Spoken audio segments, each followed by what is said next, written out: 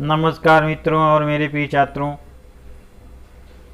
पिछले वीडियो में हमने त्रिभुज और कोण और कोणों की जोड़ियों के संबंध में चर्चा की थी, अध्ययन किया गया था। आज बहुभुज के अंतःकोण, इंटीरियर एंगल्स ऑफ पॉलीगॉन। यहाँ ये चित्र में देखो, त्रिभुज का नाम है ABC। इसमें त्रिभुज के अंतःकोण दिए गए हैं, कोण A, कोण B तथा कोण C। यह त्रिभुज के अंतःकोण हैं। यम कोण ABC plus BAC plus ACB बराबर कितना? 180 अंश। त्रिभुज के जो अंतःकोण हैं उनका माप 180 अंश होगा। अब ये तालिका देखो, नीचे दी गई तालिका का निरीक्षण करो तथा निष्कर्ष निकालो। त्रिभुज 180 अंश त्रिभुजों की संख्या 1 है। अंतःकोणों के मापों का योग 180 गुणे 1। इसमें भुजाओं की संख्या 3 है। उसके बाद भुजाओं की संख्या 4 है। इसमें 2 त्रिभुज बन रहे हैं। त्रिभुजों की संख्या 2। 180 गुणे 2, 180 में 2 का गुणा कर दो। पांचवा है पंचभुज। इसमें भुजाओं की संख्या 5 है। 5 भुजाएं हैं। इसमें त्रिभुजों की संख्या 1, 2, 3 त्रिभुज हैं। 180 गुणे 3। 6 भुजा है खडभुज। इसमें त्रिभुजों की संख्या 1, 2, 3, 4। त्रिभुजों की संख्या 4 है। 180 गुणे 4 कितना आएगा वहाँ लिखना है। 7 भुजाएं हैं सप्तभुज। इसमें कितने त्रिभुज बन रहे हैं? 1, 2, 3, 4, 5। 5 त्रिभुज बन रहे हैं। 180 गुणे 5। उसी तरह से अष्टभुज, 8 भुजा वाला बनाओ। इसमें कितने त्रिभुज बनते हैं उसकी संख्या। फिर 9 भुजा वाला बनाओ, इसमें कितने त्रिभुज बनते हैं उसका। इससे निष्कर्ष निकलता है कि अगर भुजा की संख्या n हो, n भुजा वाला बहुभुज बनेगा। n में से 2 घटा दो। जितने भी भुजा हैं उसमें से 2 घटा दो, वो त्रिभुजों की संख्या आ जाएगी। 180 गुणे जितना आएगा घटाने पर गुणा कर दो, तो उसके कितने अंशात्मक माप होंगे वो हमें पता चल जाएगा। इससे निष्कर्ष ये हुआ कि n भुजाओं वाले बहुभुज के अंतःकोणों के मापों का योगफल 180 गुणे n-2 करने पर हमें वो समझ में आएगा। अब अगला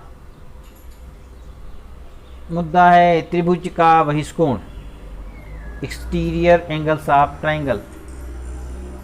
यहाँ पे जो आकृति दी गई है, ये त्रिभुज का नाम ABC। भुजा BC को बढ़ाने पर त्रिभुज के बाहर ACD बनता है, कोण ACD। यानी ये त्रिभुज के बाहर बन रहा है कोण ACD। यह त्रिभुज ABC का बहिष्कोण है। ये त्रिभुज का बहिष्कोण है। ACD ये त्रिभुज का बहिष्कोण है।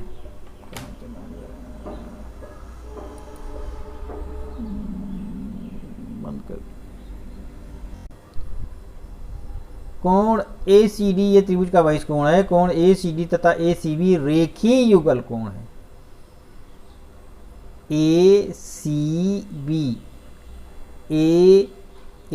ACB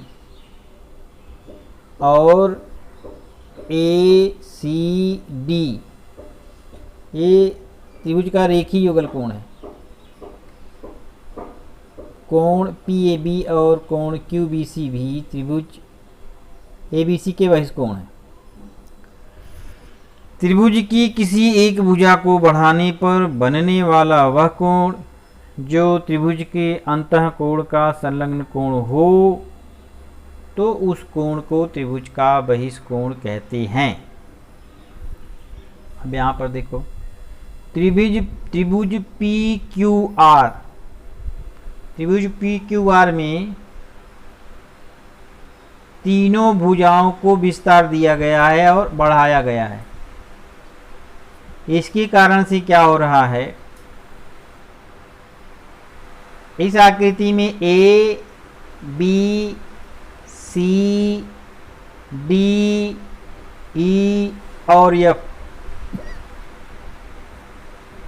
ये सभी त्रिभुज के बहिष्कोण बन रहे हैं। यहाँ पे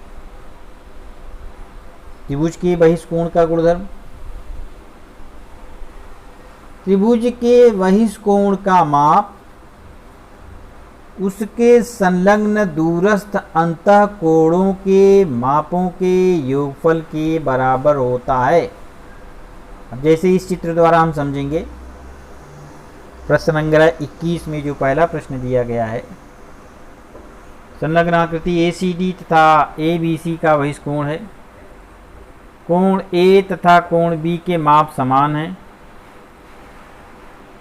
यदि M कोण ACD बराबर 140 हो तो A और B के माप ज्ञात करो। अब ये 140 है तो यहाँ पे देखो BCD पर कितने अंश का कोण बन रहा है, BCD पर कितने अंश का कोण बन रहा है। यहाँ पर एक सीधी रेखा में 180 अंश का कोण बन रहा है। एक सीधी रेखा पर 180 अंश का कोण बन रहा है, जिसमें से ACD बराबर 140 है। तो 180 में से 140 घटा देने में कितना बचेगा, 40 अंश। क्या हो गया ये, ACB बराबर कितना हो गया, 40 अंश। अब हमको देखना है कोण A और कोण B का माप कितना है। तो त्रिभुज के तीनों कोणों के मापों का योगफल 180 अंश होता है। अब इसमें ACB बराबर 40 अंश है, तो 180 में से 40 घटाने पर कितना बच गया, 140। 140 कोण A और कोण B दोनों को मिलाने पर होता है और दोनों कोण समान हैं। प्रश्न के अनुसार कोण A तथा कोण B समान हैं। इस अर्थात 140 के 2 भाग करेंगे तो 70 अंश कोण A का माप हो गया और 70 अंश कोण B का माप हो गया। इस आधार पे यहाँ एक उदाहरण देखेंगे। यहाँ पे जो आकृति दी गई है PRS, यह एक त्रिभुज है और PQR इसका बहिष्कोण है, PRQ उसका संलग्न कोण है, PRQ और PRS ये दोनों संलग्न कोण हैं। अन्य दो अंतःकोण P तथा Q PRS से दूरी पर हैं। P तथा Q को PRS के दूरस्थ अंतःकोण कहते हैं। P जो है और Q ये दोनों दूरस्थ अंतःकोण हैं। तो इस आधार पर M कोण P धन M कोण Q धन M कोण PRQ, तीनों त्रिभुज के तीनों कोणों का योग 180 अंश। रेखीय युगल कोण PRS PRQ बराबर 180 अंश। तो चौकट में दोनों जगह 180 अंश। त्रिभुज के तीनों कोणों का योगफल भी 180 अंश होता है और रेखीय युगल कोण का भी माप 180 अंश होता है। तो M कोण P धन M कोण Q धन M कोण PRQ बराबर एम कोण पी आर एस धन एम कोण पी आर क्यू। एम कोण पी धन एम कोण क्यू बराबर एम कोण पी आर एस, दोनों पक्षों में से एम क्यू आर ये पी आर क्यू घटाने पर। इस तरह से हमें प्रश्न संग्रह 21 का दूसरा प्रश्न, संलग्न आकृति में दिए गए कोणों के मापों के आधार पर शेष कोणों के माप ज्ञात करो। 8y, यहाँ पे 8y है, इसका शीर्षाभिमुख कोण ई ओ डी, तो शीर्षाभिमुख कोण भी सर्वांग होते हैं। तो शीर्षाभिमुख कोण सर्वांग होने के कारण ई ओ डी भी सर्वांग कोण है, तो ये भी इसका माप 8y हो गया। अब एफ ओ ई 4y है इसका माप, और एफ ओ ई का सर्वांग कोण है बी ओ सी, शीर्षाभिमुख, सर्वांग नहीं शीर्षाभिमुख, शीर्षाभिमुख कोण सर्वांग होते हैं, बी ओ सी भी 4y हो गया। अब सी ओ डी का माप है 6y, तो सी ओ डी का शीर्षाभिमुख कोण ए ओ एफ, इस आधार पे ए ओ एफ का माप भी 6y होगा शीर्षाभिमुख कोण की गुणधर्म के अनुसार। इस प्रकार से तुम्हें प्रश्न संग्रह 21 के सभी प्रश्न, 3 प्रश्न दिए गए हैं, उन्हें हल करना है। और आज का वीडियो में बस इतना ही। धन्यवाद।